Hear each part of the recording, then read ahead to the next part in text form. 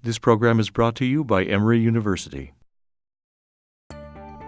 In October 2015, the Center for Faculty Development and Excellence of Emory University brought together staff from the Office of Undergraduate Education, Access, Disability Services and Resources, Counseling and Psychological Services, and the CFDE itself to address best practices for faculty who wish to support and assist Emory students who may be dealing with life circumstances that may be impacting their academic work.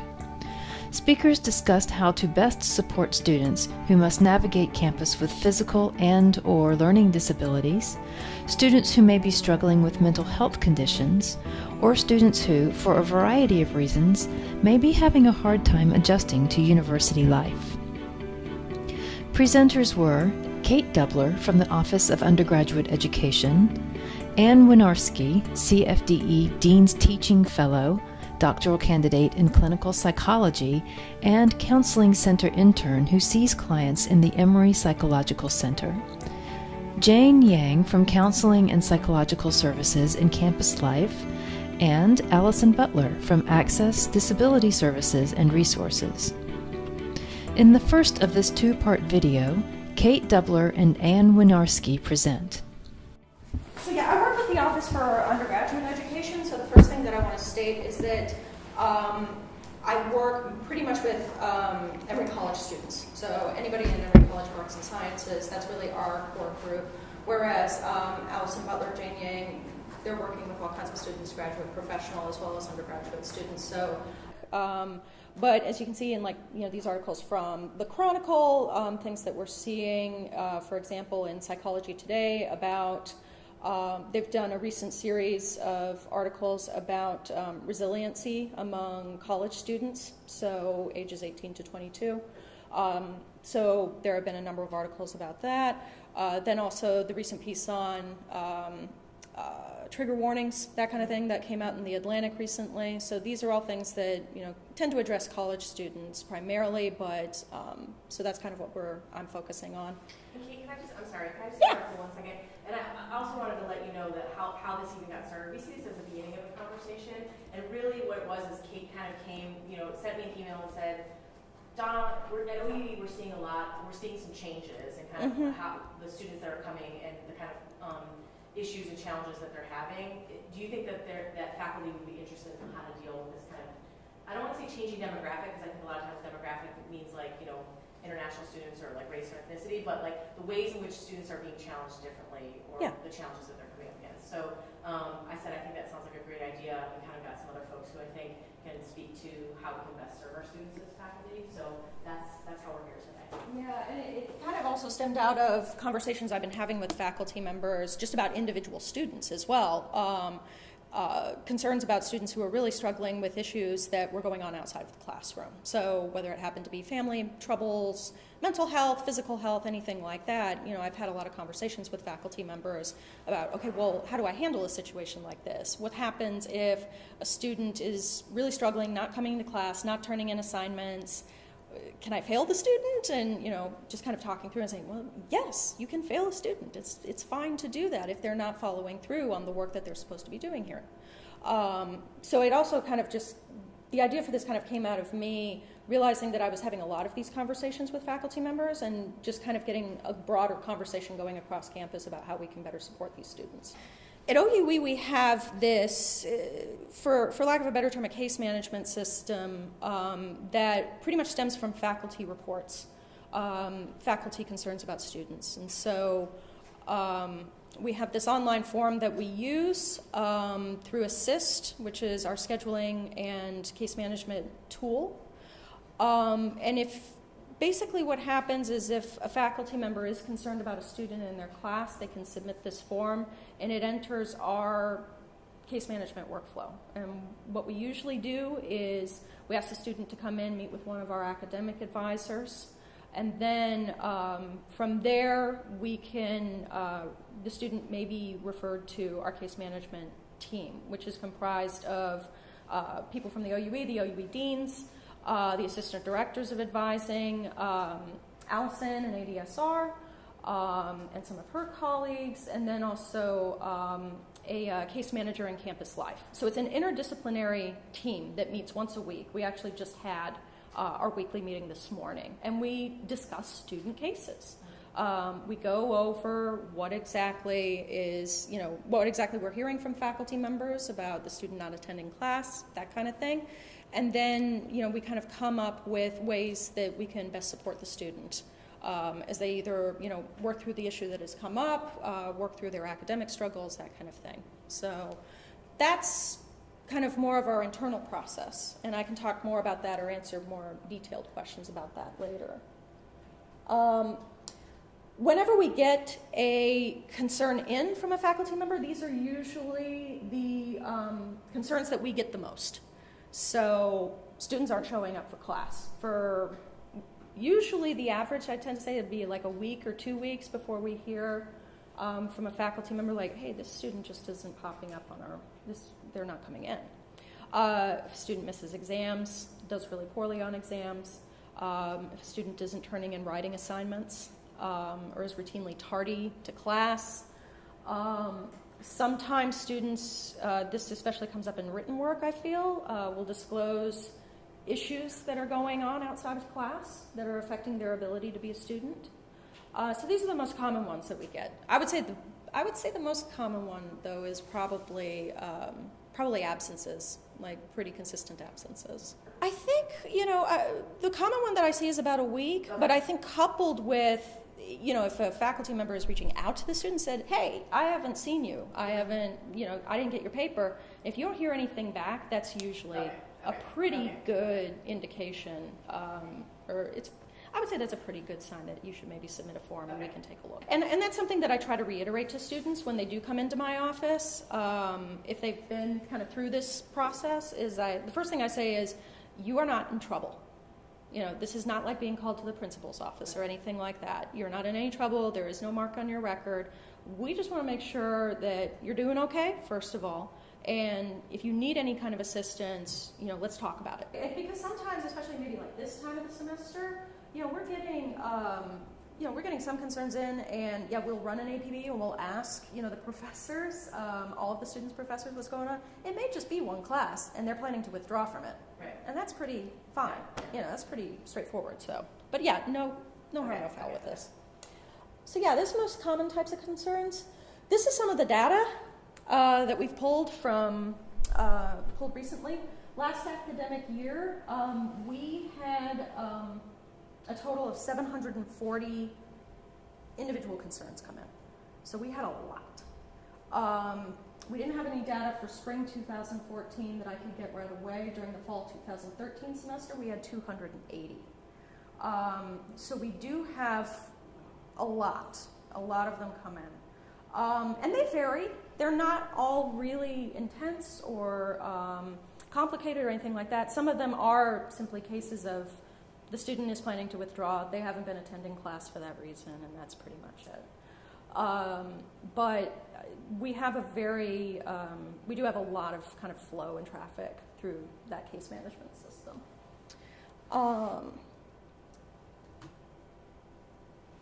So I'll kind of close with the kinds of things that we deal with. These are the kinds of cases that we manage as opposed to, say, things that ADSR would manage or CAPS would manage or something like that. What we usually work with are cases of acute illness, so flu, a cold, something like that. And what happens is we kind of act as a clearinghouse for information and documentation.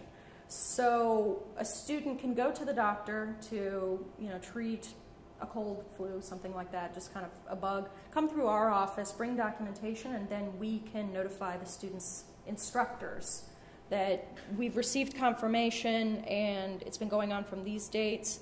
We can't provide official excuses for absences or assignments, but we can give information and we can give accurate information. And that's really kind of the purpose of what we do in regards to that.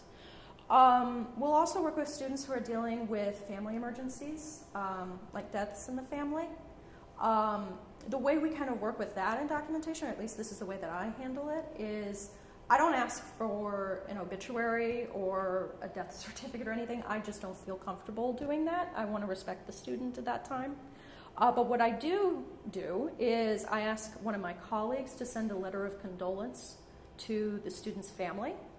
And it doesn't happen usually, but there have been a couple of occasions where the family has called our office and been, well, the brother's not dead.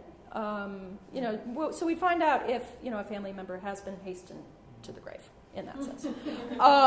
So it is a way to kind of, both be respectful toward the student and their family at that time, and then we can also get accurate information if need be.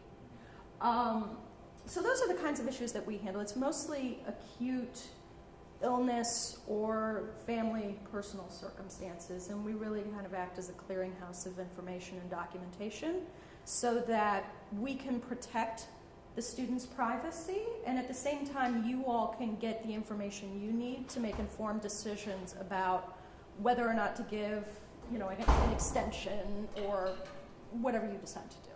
So that's really kind of what we do. All right, so I will be, representing the Emory Psychological Center on campus, and there's a lot of overlap between sort of the services that we provide and what Jane's going to be talking about in terms of the counseling center. So the counseling center on campus is usually like a first line of defense for students and for faculty to send students, but occasionally we do get some Emory cases, occasionally we get referrals, and then we also do provide testing services, so that is something that is important for some of the students on our campus. But the first issue that I wanted to bring up, the idea is that students are coming to campus, more and more students are coming to campus with less resilience. So it used to be that you hit a hurdle while you were in school and you sort of had these factors in place, either a lot of familial support or some kind of internal personality characteristics, something that kind of gave you the stamina to go through and to fight these obstacles. More and more we're seeing that students seem to be a lot more have problems adjusting to college life. They might not necessarily manifest in depression or anxiety or any full-blown kind of diagnosis, but they really have a hard time dealing with the kinds of struggles that in the past they've shown great resilience to.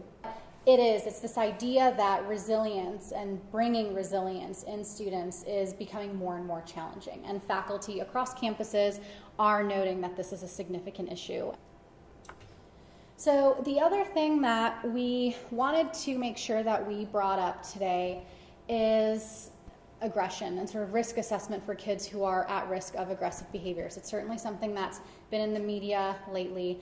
There's a lot of armchair psychologists out there who, can diagnose kids who are certainly at risk for being aggressive and for going on shooting sprees and whatnot. And the truth of the matter is that we actually are not that great at identifying markers for which kids are going to be which young adults are going to be seriously aggressive. So it's not a perfect science. It's far from a perfect science.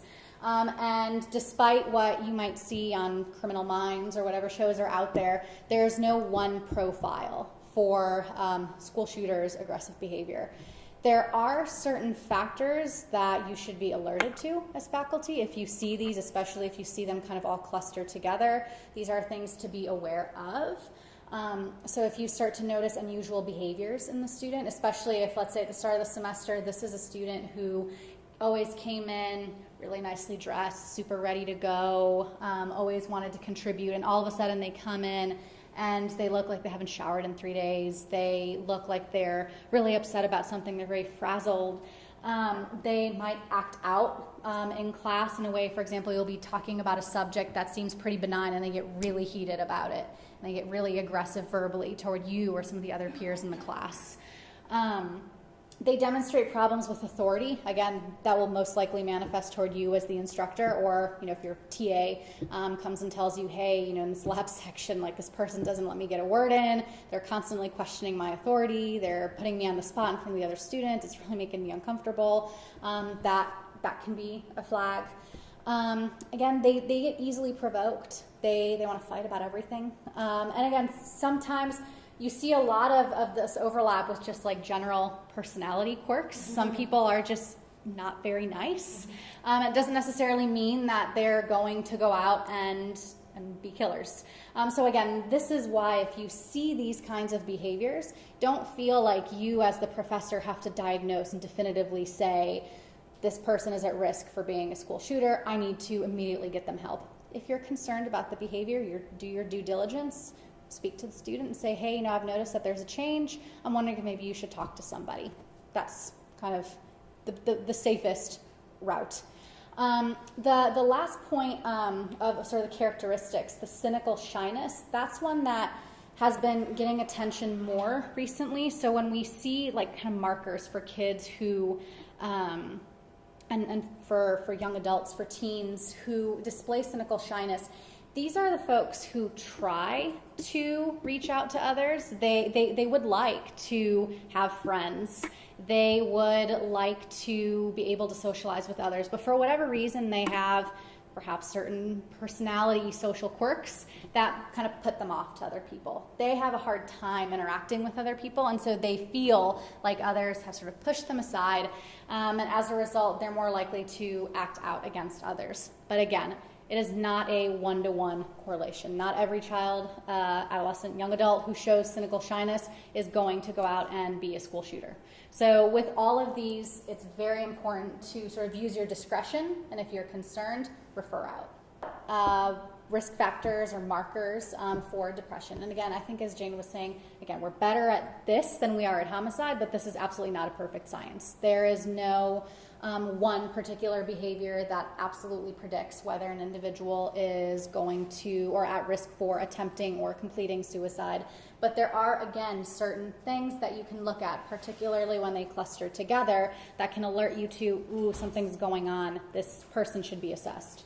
So you might notice, again, especially if you have a student who's an all-star student at the beginning of the semester, and then at some point you notice that they're just rocking Fs left and right. For every single assignment, they're either not turning it in or they're just bombing test after test, not paper after paper. And that's atypical for the student. They're frequently absent from class. Again, sometimes they'll email you ahead of time. They'll say, hey, I'm not going to be in class. Other times, they just really will not show up. And especially if this is maybe even a student you've had in class before, and you know that they're quite diligent, and then this is a huge behavioral change for them. They withdraw.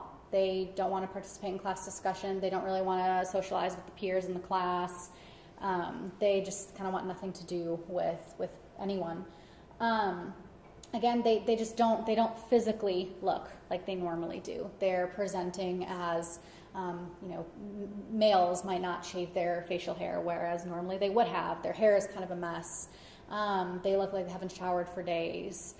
Those kinds of behaviors. They cry in class. Again, unless like you're watching a sad movie or something where you expect that kind of behavior. But if not, they just seem to cry out of nowhere. They just appear really sad. The term we use in psychology a lot is very flat affect. So they literally look like there's no emotion on their face.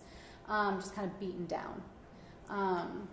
You or your TA reports to you that they're writing about very disturbing things in the material. In papers that you're assigning. We've seen, for example, I'm teaching a class this semester, and there was one student who, in one of the assignments, wrote kind of about some really disturbing images from childhood. We weren't really sure whether this was like you were just really getting into the assignment or whether this was something that needed further follow-up. So the TA who was teaching those particular classes spoke with the student after class. Turned out it was just I got really into it, and it wasn't an issue. But that might be something that you might flag and want to send that student for further follow-up. The students will sometimes come and tell you that something really distressing has happened to them. So a warning sign to especially have on your radar is if someone close to them has attempted suicide. That's one that's really, really important. So if they tell you, hey, look, I just lost my best friend, or a family member to suicide, that should be one of those like immediate red flags that you would then send them to the counseling center to get further assessment, or at least even if you don't think they're at risk, if someone close to you commits suicide, you need support. So regardless of whether you even think this student is at risk of contemplating, or going through with suicide, they at that point definitely need someone to support them, or someone to determine whether they have the proper supports in place. And just kind of involve yourself only as far as you're willing to go. So yes, I mean, there are certain faculty who would feel comfortable walking a student over. There are others who would feel maybe uncomfortable, or maybe that's not their place. So do what makes you most comfortable. So these are all the resources that we just talked about. So I won't really go over this slide in great detail, because these are all the things that are available on campus, or that you can give students information to. The only one we haven't really touched on is the DeKalb County Crisis Line. And again, on that handout that we're giving you guys at the end, we have their number. So that is 24 hours. And so if the student's really distressed after the Emory helpline is kind of off for the evening, that's another resource that they can have. And then in terms of, again, the services that we provide at the Emory Psych Center, we are a low-cost clinic that's available to the entire community. So the Emory Counseling Center is sort of limited to students. Here at Emory's campus, they serve the students. We serve students as well as people from the Atlanta area. So we have call-ins from people who are looking for low-cost therapy services. They may not have insurance. They want something that is relatively affordable. They come to us. But we do also see Emory students. Some are referred from the counseling center. Some have used their, the 10 sessions that they receive, and they want to continue with us. Sometimes we will take a case if it's a very serious case that requires a long treatment, or projected long treatment. We will take that case. We see general depression, anxiety, adjustment problems, personality disorders. We certainly see a lot of personality disorders in the psych center, serious eating disorders. But again, as I said in the beginning, if you suspect that there's a mental health concern or just any kind of general distress with your student, you think that they should speak with a mental health provider, the counseling center is generally the first line of defense.